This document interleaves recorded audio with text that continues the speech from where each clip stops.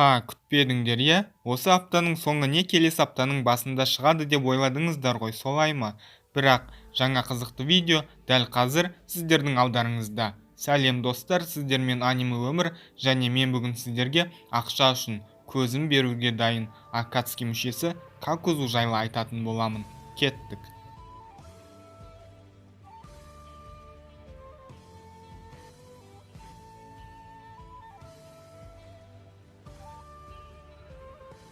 Какузу Хаширама мен Мадараның құрдасы еді. Какузу дүниеге келген жер кейінірек жасырын сарқырама ауылына айналды.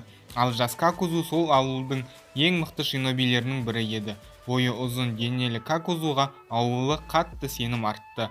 Өз кезегінде Какузу да өз ауылына адал қызмет етіп жүрген болатын. Алайда жасырын сарқырама ауылы оған Хаширама Сенджуді өлтір дегенде Какузу миссияны орындай алмай үйіне жеңіліспен оралады. Какузудың жеңілісінен кейін ауыл басшылығы оны қатаң жазалайды. Соған көндіге алмаған Какузу ауыл басшылығы мен ақсақалдарын мұрттай ұшырып, оларды өлтіреді де өз ауылының жасырын кинжутсуларын алып қашып кетеді. Осылайша Какузудың жаңа қуғындағы өмірі басталды.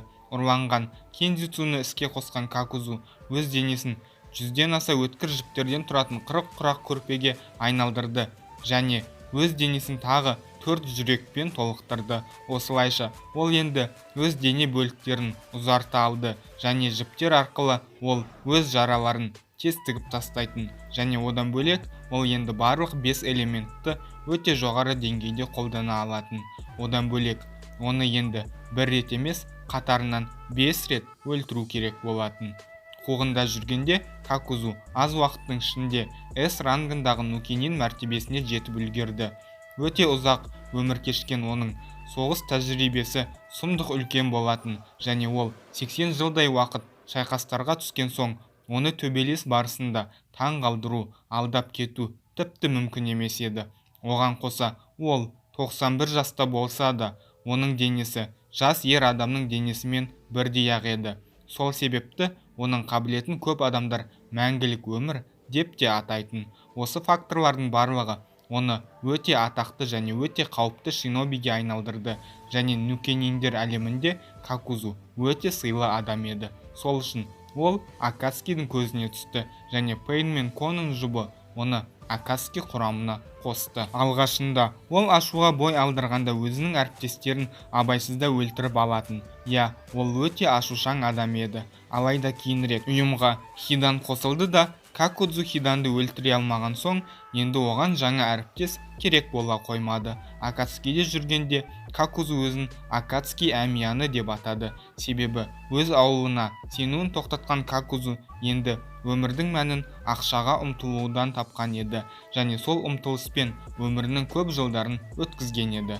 Какузу ең алғаш рет Акацуки базасында жай ғана эфирлі елес түрінде көрсетілді, және оның шынайы келбетін біз Хидан мен Какузу екі құйрықты биджуны ұстауға барғанда көрдік. Сол миссияны Хидан мен Какузу сәтті аяқтағанымен, менің ойымша Хидан мен Какузу Nii Югитодан жеңілуі керек еді. Себебі Хиданда да Какузуда да биджуды тоқтата алатындай күш жоқ. Дегенмен Какузу жасырын сарқырама ауылының чакраны 10 есе арттыратын қасиетті сусынын қолданғанда мүмкін биджуды тоқтататын күші бар болар ма еді. Қайткенмен де сол миссиядан соң Хидан екеуі от храмын талқандап, монах Чирикудың денесін темір терсек өткізетін жерге апарып өткізіп жіберді, және оған дейін олар 7 құйрықтыны да ұстаған болатын. Артынан Какузу Асумаға қарсы шайқаста Хиданға көмек беріп отырды. Бірақ Какузу төбелеске шынымен кіріскен кезде Пейннің бұйрығы оларды кері шегінуге мәжбүр етті. 3 құйрықтыны мөрлеп біткен соң Какузу мен Хидан өз миссияларын жалғастырды. Ал Хидан мен Какузу Канохаға қайта келгенде оларға бірден 4 шиноби және артынан тағы 4 шиноби қосылып жабыла кетті. Сол шайқаста Какузу өзінің физикалық жағынан өте күшті және өте жылдам әрі ақылды екенін көрсетті. Ол дене бөліктерін үлкейткен Чоджиді оңай төмпештеп тастады, және Какаши өз мангекиосымен Какузуның жылдамдығына ілесе алмай жатты. Какузу Шикамарудың тактикасы мен келесі қимылдарын тез түсініп, оларға қарсы шабуыл жасап та үлгеріп жатты. Егер оқиға желісі болмағанда, Какудзу, Какаши, Шикамару, Ино және Чоджиді өзі жалғыз оңай және тез өлтірер еді. Бірақ Наруто мангасының авторлары басқаша шешіп, Какудзу Нарутоның жаңа техникасын мақтап-мадақтау үшін құрбандыққа шалынды. Менің ойымша, бәрімізге айдан анық нәрсе ол Нарутоның Какудзуды Сейнин модынсыз не Кураманың күшінсіз жеңе алмауында еді. Наруто төрт құйрықпен әрине Какудзуды жеңер еді, алайда қарғыс атқыр Расен Сюрикен осы шайқастағы логикаға толы оқиға желісінің күл-талқанын шығарды. Одан бөлек, Какудзу 4-ші әлемдік шинобилер соғысына қатысты. Сол соғыста оны Ина Шикачо формациясының ең жас буыны оңай тоқтатты.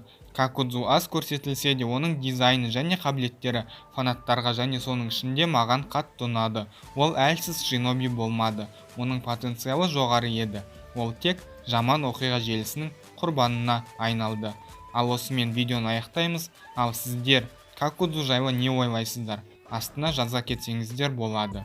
Видео ұнаса, видеоға лайк басып, астына коммент қалдыруды ұмытпайық, және арнаға тіркеле отырайық. Видеоны соңына дейін көрген адамдарға көп-көп рахмет. Сау болыңыздар. Жаңа видеоларда кездескенше.